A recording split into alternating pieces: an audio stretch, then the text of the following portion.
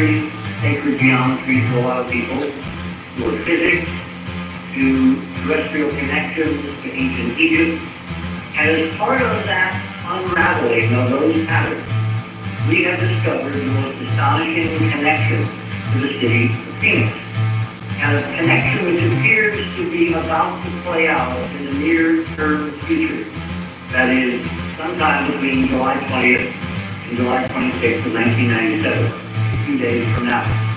And so what I did as part of my part of the program was to lay out the visuals and computer plots and diagrams, not only the visuals we have from Sidonia and the analysis of the monuments to Mars, but also the discovery of this remarkable tetrahedral hyperdimensional arcane pattern in the landing dates and launch dates and times and coordinates of most of the major NASA missions to the Moon and beyond, including Mars itself. A pattern which continues up through Pathfinder with its tetrahedral shape, its designated landing at 19.5, and on and on. And what I did in the early part of the evening was to present one of our key investigators, who is not a scientist, who is not a hard empirical person. Her name is Kim Thea. She is the art director of the Enterprise mission and has been for the last 15 years. Because what Kim Thea did long before the development of three-dimensional computer programs that could make 3D renderings of two-dimensional data, take from shading as the term. Kim Thea did it the hard way. She has probably spent hundreds of hours sculpting and sculpting and sculpting again the face on Mars, the Martian Sphinx, the provable counterpart now to the echoing and ancient and mysterious Sphinx here on Earth in ancient Egypt. And sitting on the far left of the stage, there is a large sculpture placed against black and lit appropriately, which is the work of her own hands. So let me introduce Cynthia. You might ask her about the artistic aspect of the research and what has brought her as part of our team to Phoenix. Cynthia? Hello, Cynthia.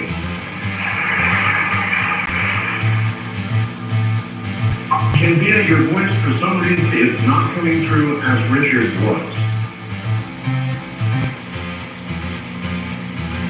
No, I think that for some reason your microphone is not hot to our line. I will see you guys the microphone. Okay, now everything's fine. Welcome to the program, Cynthia.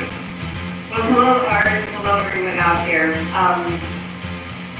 I began this event 15 years ago, and like everyone else, we were really curious to experience what it might be like to be on Mars and look out in space. And at that time, I realized, well, it was within my reach to possibly create something that all of us could experience it together.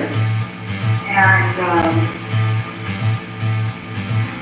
one of the challenges was to put aside my artistic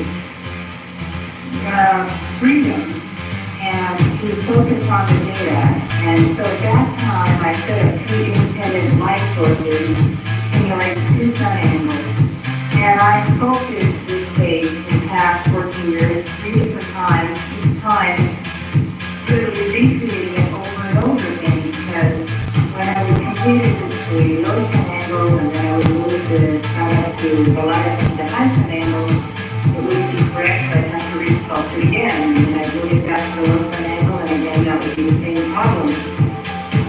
And later on, I was very gratified when Dr. Mark Carlotto, with his imaging technique, was able to confirm the profile and a lot of the shapes of the face, and it's been quite a wonderful adventure. I'd also like to mention Art here. So it's surprised Richard totally. Because a year ago, my friend Jim Gressley, who at the time I didn't know him, approached me and described himself as one of the ordinary people out there, and said that he wanted to create something to honor the pioneers, those who are opening up on the thinking and enlisting me in the project.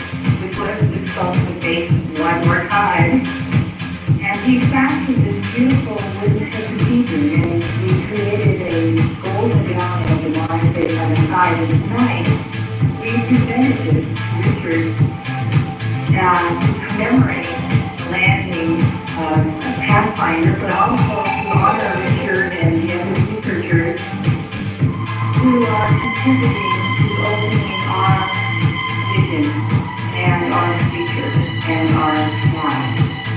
And we hope Eric Mars this weekend and totally excited situation. Oh, if anybody deserves a test for humor, it is Richard.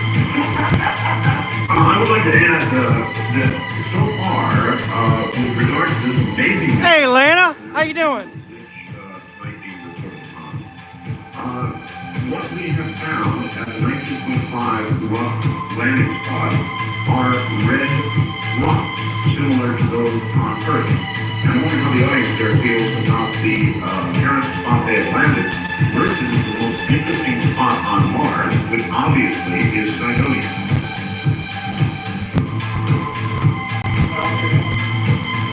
Comments from the audience, so I'll relay that here. The secret is red. Yes. Go to Arizona. So is Arizona. That's right. But it is rather amazing that where they have landed so far. Basically, I read a piece in the newspaper the other day. All we have found are red Earth-like rocks. It really Hey, what's going on, Lana? No, well, I hear you, Richard, but not as though that mic were on. Now can you hear me? Yes, I do. We have a portable line to actually work. What we intend to do is to have some people in the audience, if anybody wants to respond to our questions. Anybody? The microphone is way out there? It's behind the camera, okay. Yeah, there's a standing mic here. You might go Where the lights are, there's a standing mic. Anybody who has a comment, come up on the line. I think I do. I'd like to make the comparison that in Sedona, Arizona, we have red rocks. And Sedona, Mars, has red rocks.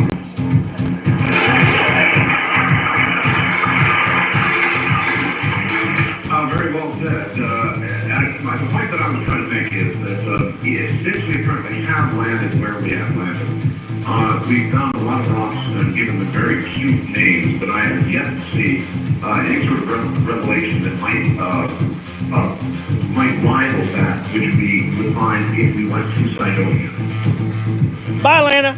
Well, see, this has been my problem for some time. Back during the planning of the Pathfinder mission, it was obvious that if you wanted to set a spacecraft down inside the confines of the complex on Mars, if you wanted to set it in the city square next to the pyramid or maybe down next to the base, the kind of rocket thrust descent on your own jet stars showed us like 20 years ago simply was make it because of the unevenness of the terrain and the possibility of, angular things sticking up out of the ground and perhaps even artifacts on a scale much smaller than we can see in any photograph, you probably would crack.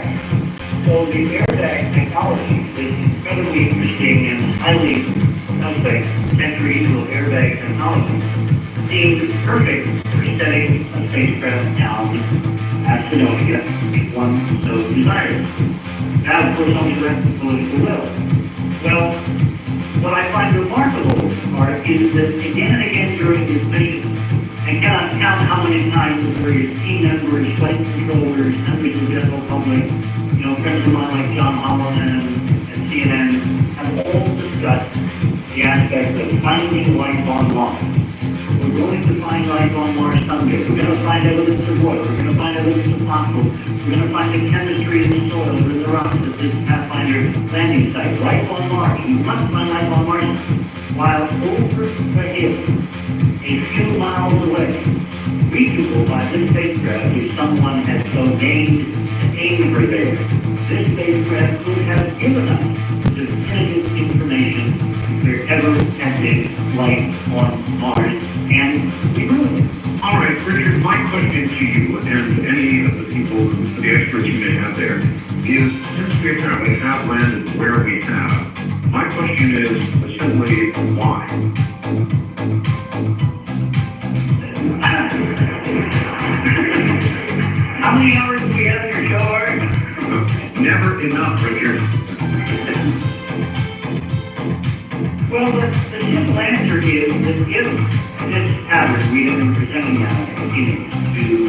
a faculty here in the city of Plaza of citizens of the city of Phoenix at any meeting going back 30, 35, 40 years. And the mission we are seeing is a cover for some other kind of mission. Now, I on your show predicted that in fact this mission, this spacecraft would disappear and move to Mars and then reappear, landing in accordance with the stunning pattern which Ken Johnston has affirmed is a very ancient Masonic tradition, and would land on or about the 20th and then be revealed to us in some rather celebratory fashion. That apparently has not taken place. So, of course, for several days I was in a deep, deep slump. So far. I am, and I will tell you, Richard, I've had many faxes and communications indicating that, this is a cheaper, faster way to go. Maybe they did not one, but two. Well, there is that way to go. Remember, we're trying to do science, so let's be serious for a second here. What I have done is to literally add up, either mentally and or sometimes on paper over the last few days, to it. Evidence in favor that we're literally at 19.5 on Mars with a tetrahedral Pathfinder spacecraft and a little rover named Sojourner, and other evidence that we're not. And the evidence that we're not is not insignificant. And if you want to, we can go through that. But I want to get to the core of your question, which is, if we landed at a ball and mooring site where all we're finding is Earth-type rocks, which is incredibly suspicious, given that nothing we have found in the previous 20 years of the Viking database and or the SNCC meteorite analyses, that is the little bits and pieces of Mars that supposedly have been kicked off by giant asteroid or comet impacts, made their way to Earth and been found in the Antarctic and brought back to the labs in Houston, like the cousins of ALH 800084, which is the rock with the so-called little microfossils on it. Yes. None of that analysis in any way, shape, or form has prepared the geologists that I have been able to watch for what they apparently are getting from the Pathfinder data. It's astonishingly different. It's astonishingly, I'm going to use the word, Earth-like. And that raises some very interesting questions. So, let me get to the possible hidden agenda. What we have discovered in our meeting travels through the last 30 years of NASA is that some core group, some Masonic influence has literally fashioned the space programs that we know. The key linchpin in the continuing ability to put Pathfinder and Sojourner in that pattern, even if we have landed at 19.5 out of Sidonia on July 4th, is the following two pieces of information. On July 4th, 1776, a branch of the Mason Order called the Illuminati was formally formed, kind of a dissident group. So that in itself is an interesting data point. More significant, there is a piece of evidence which has come to me from our crack research team, who actually has a name. His name is Nick Skorlos, right? I want to give him proper name, proper credit, who found for me in an ancient journal of Freemasonry the following statement.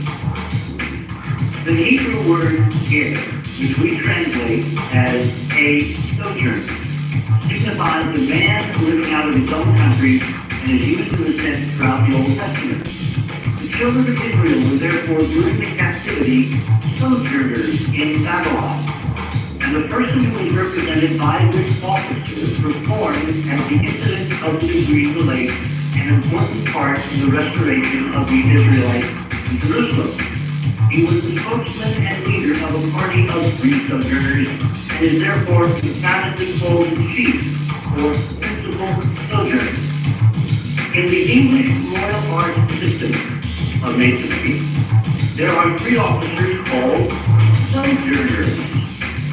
But in the American system, that's the Scottish Rite, the three historical sojourners are represented by the candidate, while only the supposed chief of them is represented by an officer called the principal sojourner.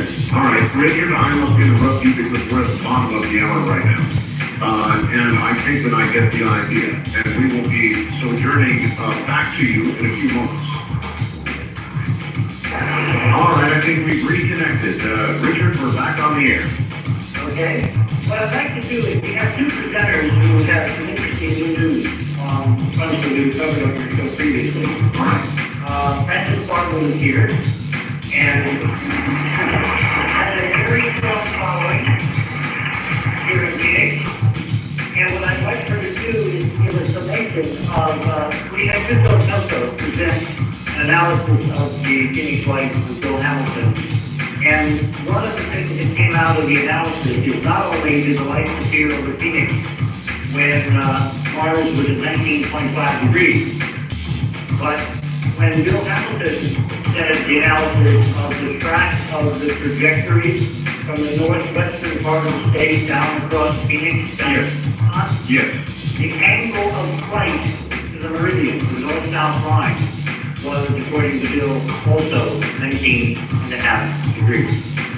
So whatever was flying the light apparently is aware of the NASA/Tetrahedral/hyperdimensional/Sidonia pattern. All right. Hello, Francis. Hi, Art. Hi, Francis. Great to hear you again. You're a very brave lady. Francis, I simply said, wonderful to hear you again. I consider you to be a very brave lady indeed. Thank you.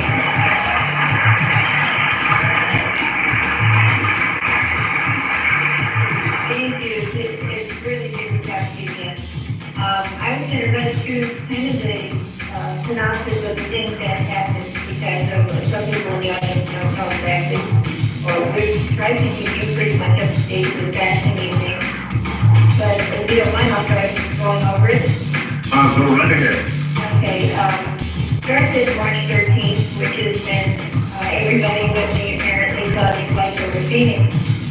And I was in a meeting at night, got home at 10 minutes to 10, turned on the TV and saw the news of these lights. And I said, wonder what they were, and I just assumed that it was them playing off the course and that they were going to investigate, and that was it until May 6th. On May 6th, as I was running late for policy session, I was stopped by a TV camera crew and a reporter. They literally just had a question.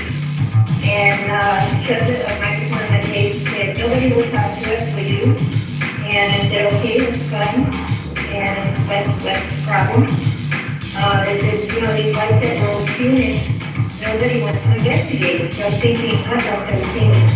And they said, well, that's on March 13th. And I said, oh, I thought somebody was investigating. And they didn't know, and could you find out why they went to every local government and nobody would even talk to them, especially the city of Phoenix. So I went into policy session, and it happened to be our only televised session. And at the beginning, we get a sense it's called council request, and we can ask any questions that we want. And that's usually where I get into trouble.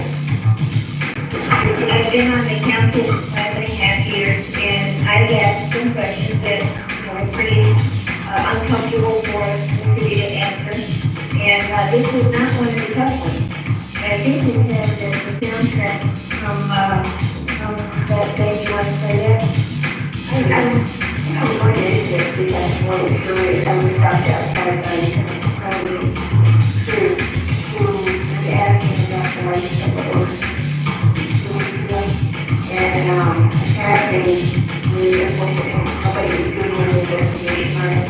And I just let them know anyone that did the investigation in the city and the city inspected.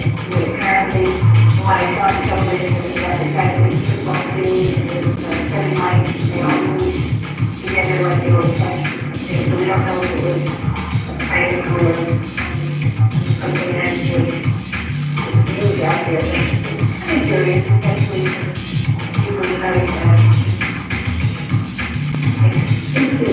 after I asked that question, I guess this is something.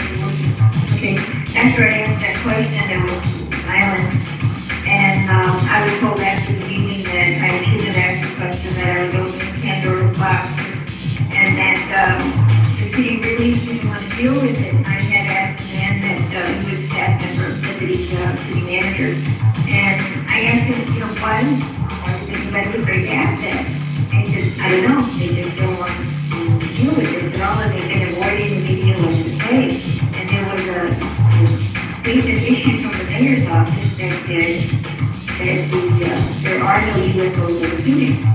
so sarcastic that I am. I figured there was no UFOs, they must have identified them, and I want to know what it was. I saw a transcript that everybody, the picture had a little while ago of exactly what was over Phoenix.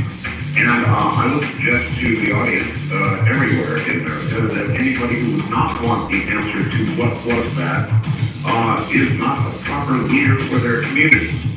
Now, I have in my hand a letter that apparently is dispatched to everybody who complains to the mayor of your city about the treatment you have been receiving. And it reads, "Dear Mr. Blank, thank you for your interest in Phoenix. Mayor Rimza has yet to comment publicly on Councilwoman Darwin's flying saucer inquiry, so I'm not certain exactly what behavior you are asking him to apologize for. Incidentally, while all Americans should support their president, Mayor Rimza was the county chairman of the Goals for President Committee, which makes your reference to the contrary perplexing.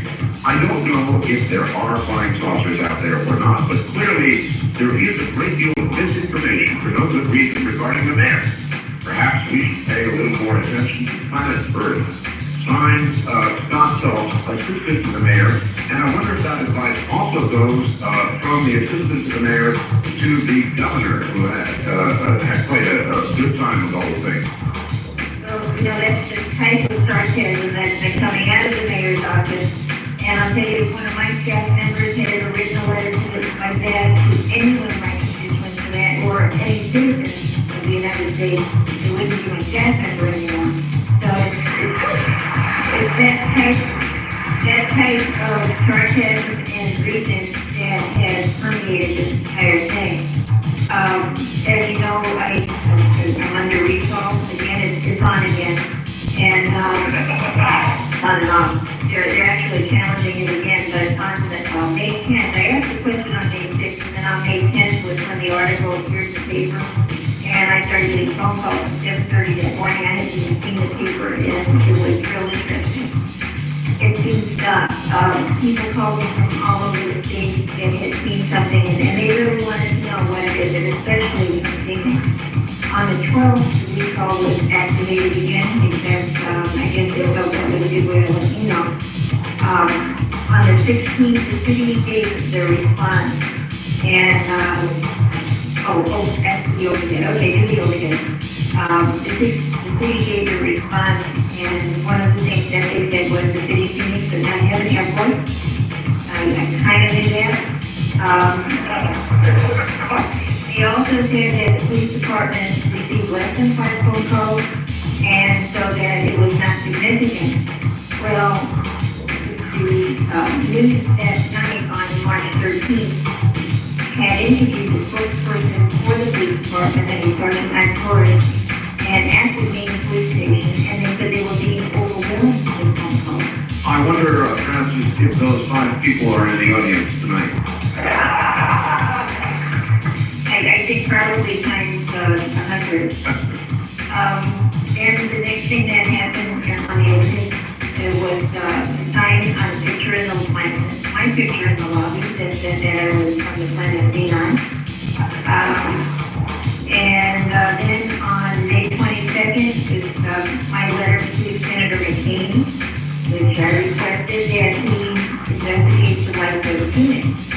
His reply to me, which was on the 28th, replied about the lights on South Mountain, which is the same thing that the city. Now, when you heard what I said that day, never did I say anything about lights on South Mountain. I always said the lights were Phoenix. But the response to me was that the lights on South Mountain. So then Senator McCain sent a letter on the 28th also to Major General Lansford Pratt, and turn it to the police archives, which they ended up in their trash because they don't investigate. On June 3rd, I sent a clarification letter to